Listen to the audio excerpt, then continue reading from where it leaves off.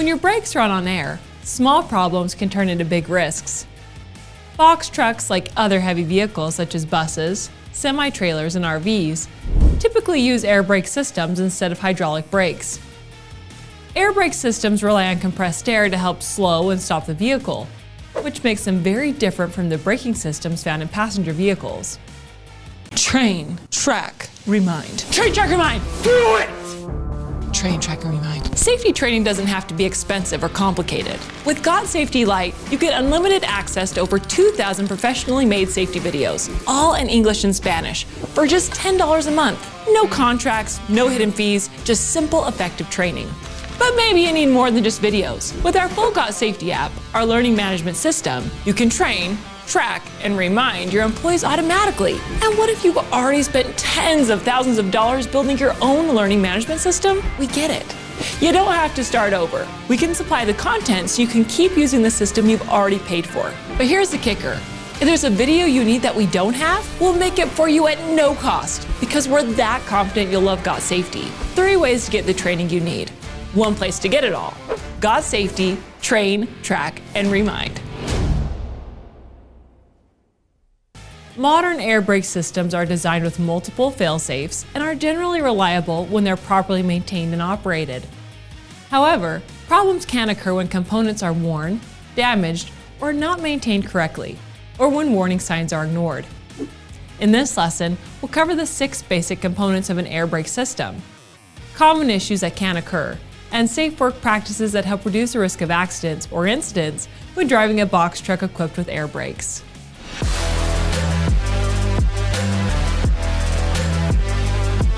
Air brake systems can vary depending on whether the vehicle uses a single or dual system, but the core components work together in the same basic way. Even though an air brake system includes many parts, there are 6 fundamental components that every driver should understand. It starts with the air compressor. This is a component that builds and maintains air pressure for the entire system. Without the compressor doing its job, the brakes won't have the air they need to function properly. Next is the governor. The governor regulates air pressure in the system by telling the air compressor when to build more air and when to stop. A simple way to think about it is like the thermostat in your home.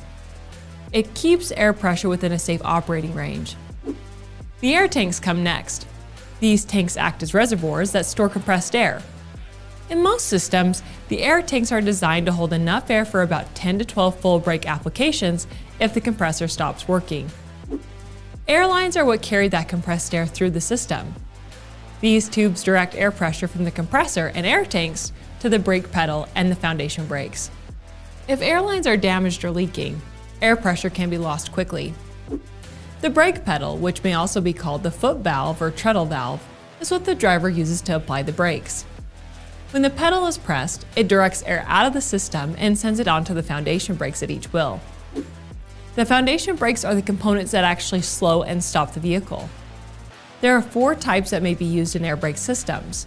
These include drum brakes, disc brakes, air-over hydraulic brakes, and wedge brakes. Air-over hydraulic brakes and wedge brakes are most commonly found on older vehicles, often with gasoline engines. Most modern diesel-powered vehicles use either drum brakes or disc brakes.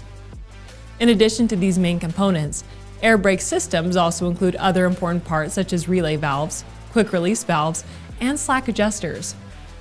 These components help the system respond quickly and ensure the brakes apply evenly and effectively.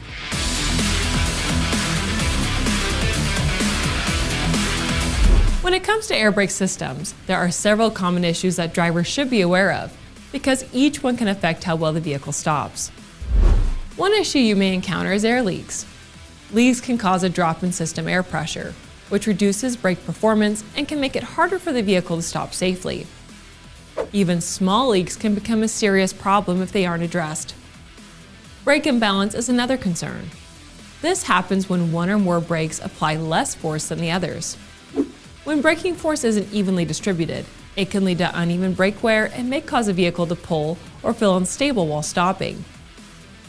Air tanks can also freeze if moisture is allowed to build up inside them. When that moisture freezes, it can block airflow through the system. This can prevent the brakes from applying properly and, in some cases, lead to brake failure. Slow brake response time is another issue that drivers may notice. This can happen when valves become clogged or when air pressure in the system is too low. When brakes respond slowly, stopping distances increase, which raises the risk of an accident. Brake fade is another serious condition to be aware of. Brake fade occurs when brake drums overheat and expand away from the brake shoes, reducing their ability to slow the vehicle.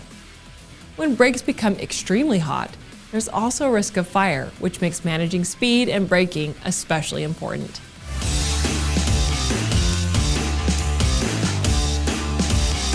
When driving a box truck with an air brake system, safe operation starts before you ever turn the key. You should only be operating a truck with air brakes if you've received the proper air brake ticket or certification, in line with all local, state, and federal requirements. If you ever have questions about whether your certification applies to a specific vehicle or route, that's a conversation to have with your supervisor. It's also important to remember that air brake certification requirements and terminology can differ if you're traveling between the United States and Canada. Before driving, take time to review the owner's manual for your specific truck. This includes looking over brake system diagrams and becoming familiar with how the air brake system is laid out. You should also know exactly where the cab and trailer push-pull buttons are located on your truck, sometimes referred to as valves, and understand what each one controls. If anything about those controls is unclear, stop and ask your supervisor before operating the vehicle. It's also important to understand the different brake systems that make up your air brake system. This includes the service brake system used for normal braking, the parking brake system, and the emergency brake system. Knowing how each one works helps you respond correctly in different driving situations. Before driving, inspect and test the air brake system according to the manufacturer's instructions and your company's policies and procedures. This includes checking for air leaks and looking for worn or damaged components. When entering or exiting the cab during inspections, always maintain 3 points of contact. If you perform a tug test, make sure the wheels are properly chalked.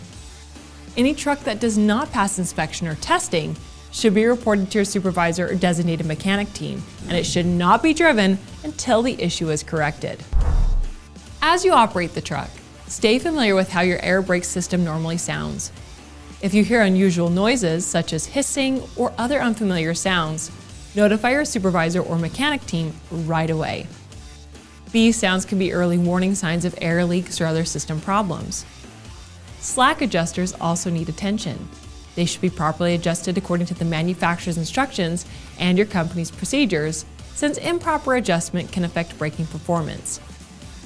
Air tanks must also be drained following manufacturer guidance and company policies. In many cases, air tanks are recommended to be drained daily to help reduce moisture buildup and minimize the risk of freezing, especially in cooler climates. Air dryers and air filters play a role in keeping moisture and contaminants out of the system. These components should be cleaned or replaced at the intervals specified by the manufacturer and your company. If you're unsure about recommended maintenance schedules, check with your supervisor. While driving, monitor your air brake gauges according to company procedures. If you notice air pressure issues or if a gauge does not appear to be functioning properly, report it immediately. When planning stops, remember that air brake systems can have brake lag, meaning there may be a slight delay between pressing the brake pedal and the brakes fully applying. This should always be factored into your stopping distance. When traveling downhill, make sure the truck is in the appropriate gear for the grade. Using the wrong gear can require more braking force and increase the risk of brake fade. If you're unsure which gears are recommended for a specific hill or grade, speak with your supervisor before driving that route. Use smooth, controlled braking. Apply only the amount of pressure needed on the brake pedal to bring the vehicle to a safe and steady stop. Slamming or riding the brakes increases wear and can lead to overheating. If at any point while driving you notice an issue with your brakes, pull over to a safe location and contact your supervisor, following your company's policies and procedures.